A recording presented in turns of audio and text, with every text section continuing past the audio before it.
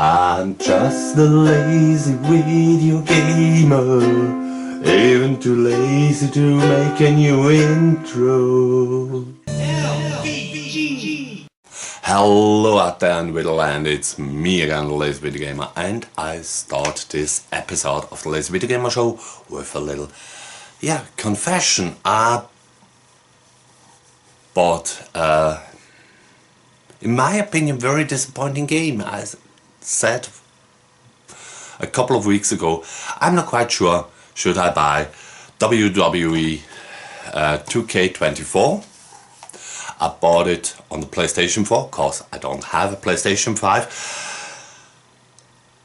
When it comes to the game's engine, you have to dig yourself in. That is not what disappoints me about the game. In my opinion, I was disappointed at the rest of the game. Practically no character of the newer wrestlers I do know.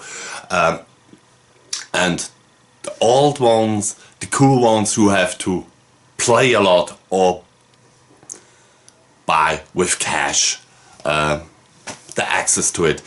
That's a very sad point, and it's not having the big roster or the biggest roster of old cool characters.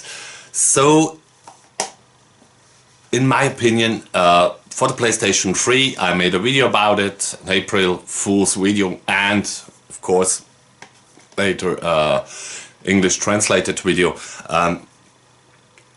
WWE Legends of WrestleMania is more the kind of game that I like, because you have 40 old school wrestlers, can import some back in the day actual wrestlers as well over the save data from WWE Raw 2009, I believe. Okay, but yes, I'm not going to spend a lot of more time with talking about this game, but you probably knew it, that I'm talking once again and for the last time in this little mini-series of old school wrestling games about wrestling games from the WWF. And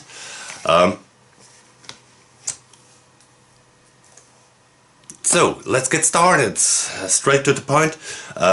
I grabbed out some boxes that I have stored in a dry place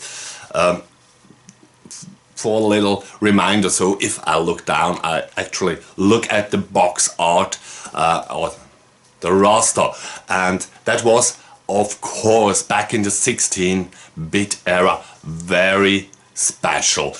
Nintendo had his contracts, and Sega, they wanna have, of course, a piece of pie as well. So there are many games that are almost like the counterpart on the Super Nintendo or on the Mega Drive. Depends on from which standing point you're looking at. That there are very familiar, very similar games like Hyperstone Heist from the Turtles and Turtles in Times. But yeah, this wasn't something other with the wrestling games. So you had in the first entry WWF Super WrestleMania, and that is one thing I think it's very funny. Still having my original, my first Mega Drive game that I ever bought. I talked about that on maybe the second or third episode of the Lazy Video Gamer Show a couple of years ago, first season. Okay, that it has still the name Super in the title, cause every game on the Super Nintendo was called Super. Super Soccer, Super Tennis, Super Tetris, name it, and it has a Super in front. And on the Mega Drive, this game had it as well. Yes, I said it had a different roster. First, on Super WrestleMania you have 10 wrestlers, and on the Genesis you have only 8 wrestlers. In this roster they were not the same. For example, Super NES had Jake the Snake Roberts, the Legion of Doom, Animal and Hawk, the Natural Disaster, Earthquake and Typhoon. Sid Justice was in it, and The Undertaker.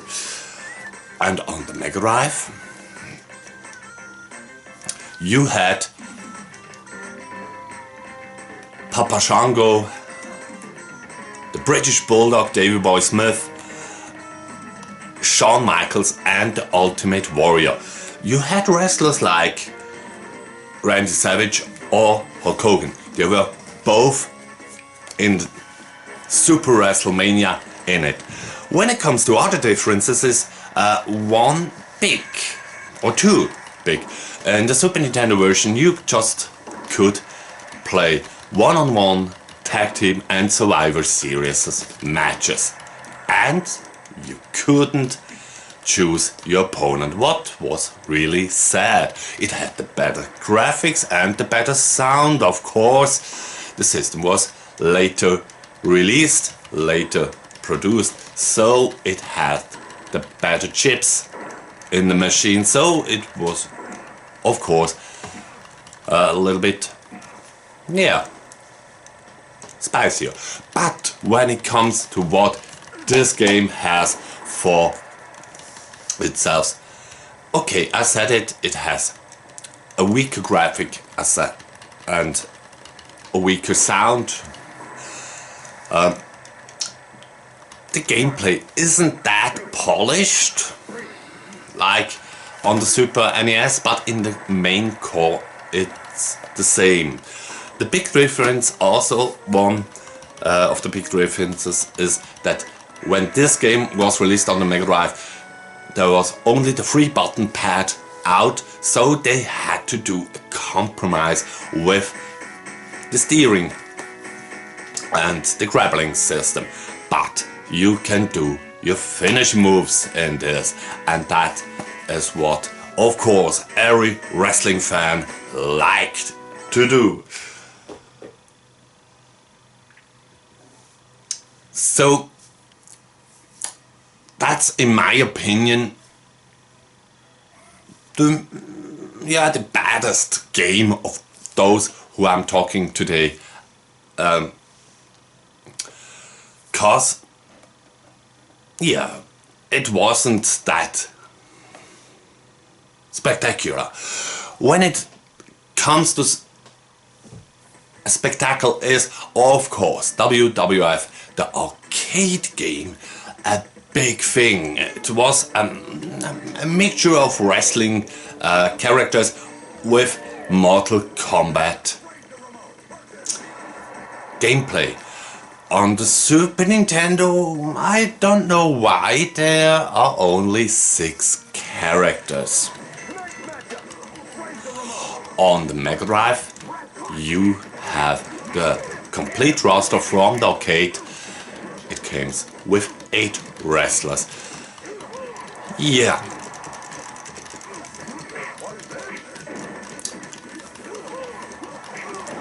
Then I think it's very clear, if you following my channel for a longer time, you know that I'm loving the Mega City, and the Mega City has a wrestling game as well. It was called Rage in the Cage. It came with an amazing roster of 20 wrestlers. It was, when it comes to the roster, a mixture of Royal Rumble on the Super Nintendo and Royal Rumble on the Mega Drive. But it couldn't be it could be better. It has only one-on-one, a brawl, a tournament, and the steel cage match. It comes with cool voice samples. It has some grainy movies in it, an intro, and also you can watch a movie sequence of the finish moves of every wrestler. But they cancelled the Royal Rumble mode. And what also is funny, I mean, practically there were 3 tag teams in it: Money Incorporated, the Head Shrinkers, and the Nasty Boys. But it hasn't a tag team mode. So back in the day, I read that the tag team mode was lost in the PAL version, so I thought it is on an import version. So I bought myself back in the day as well the US version, and there is no tag team mode still. So I thought maybe I interpreted this sentence wrong and it's only in the Japanese version, so I bought this as well, and it has no tag team mode. And yeah, that's pretty sad. Before I come to my absolute favorite, I'm talking about when this roster changing thing wasn't a thing anymore. I'm talking about WWF Raw. It came on the Super Nintendo and the Mega Drive with the same character of wrestlers in it, and yeah, it's cool. It's a good game. It's a sequel to Royal Rumble. But for me personally, you could do finish moves, yes, of course, that was established, but you could also do mega moves, supernatural, almost cartoony finishing moves in the match at any time you want to do it. But it took out the simulation of wrestling. I mean, for example, when I remember back, the 1-2-3 Kid was a high flyer. Okay, was a cool wrestler, and he had a very unique moveset in real life. So, but it was very funny to see this wrestler jumping from one pole to another, then back, and then on the opponent.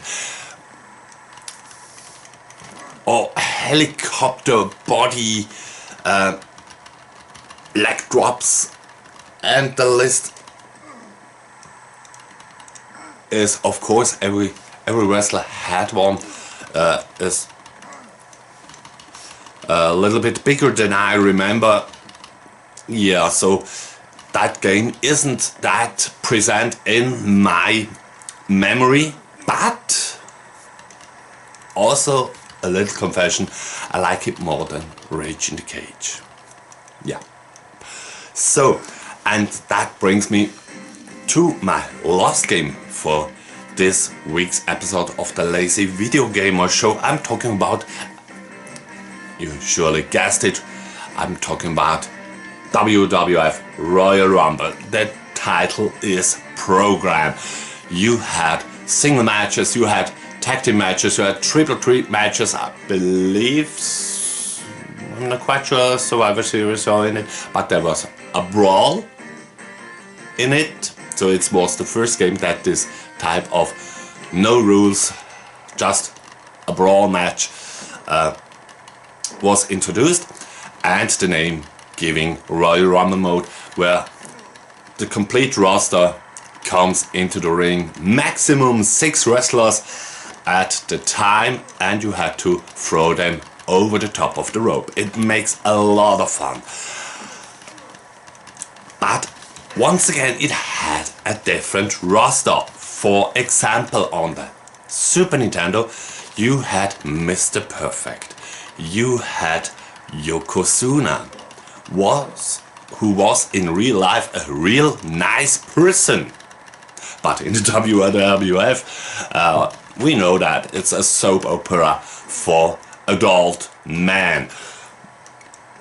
Well, he was the bad guy, and also in it was Tatanka. Also featured Crush.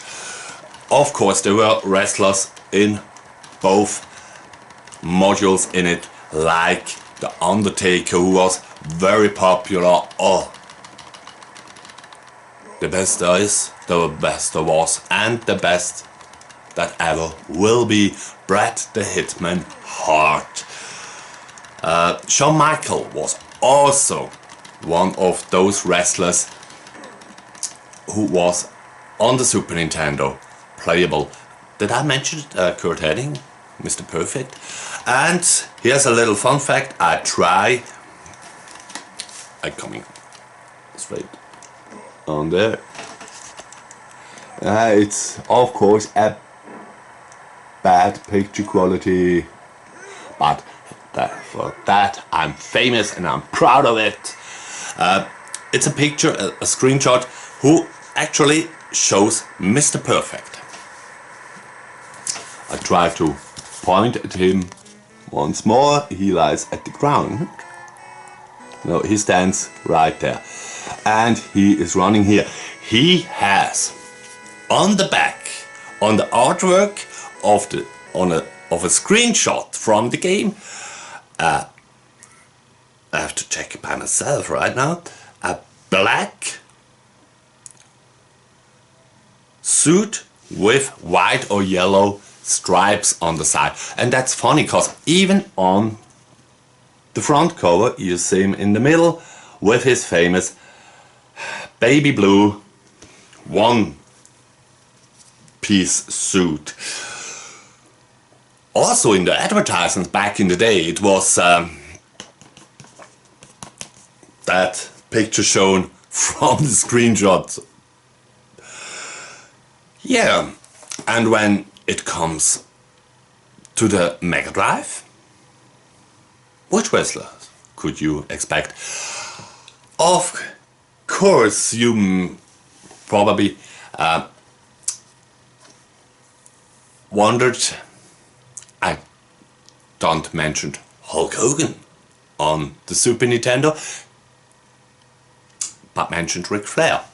It was, yeah, one of those licensing issues, and back in the day we were fighting with words on the schoolyard, which console is better, which one has the better wrestling game, or even in general the better games. And Ric Flair was on the Super Nintendo, who was at the time, back then, the actual WWF champion. He won it in a Royal Rumble. Yeah, but on the Mega Drive, straight on the box, the Hulkster, of course. And it doesn't end there. It also has Hacksaw Jim Duggan in it. Papa Shango was once again in, because he was back in the day a big anti-hero. So, let me say it, he was a well-known bad guy. IRS instead of Ted DiBiase, and the model Rick Martel is exclusive to this game. I'm not quite sure. I think Lex Luger were in both, but yes. So this game brought the finishing moves also to the Super Nintendo. It has a cool graphic, but this isn't that much better. It had a lack of colors, yes, but the gameplay is the same and it makes a lot of fun. And of course, when you can play as the Hulkster and you're in general, yeah, let me say, a Sega fanboy, you rate this at #1 on your let's put it in and play around again. Yeah. So for me personally, Royal Rumble is the best wrestling games of the 16-bit era and also the best in comparison to the counterpart on the other system. And with that, I only have to say, I wish you a fantastic Sunday, a fantastic week, a great time, and don't forget, the better one wins. Just a lazy video gamer, too even too lazy to get an own theme song.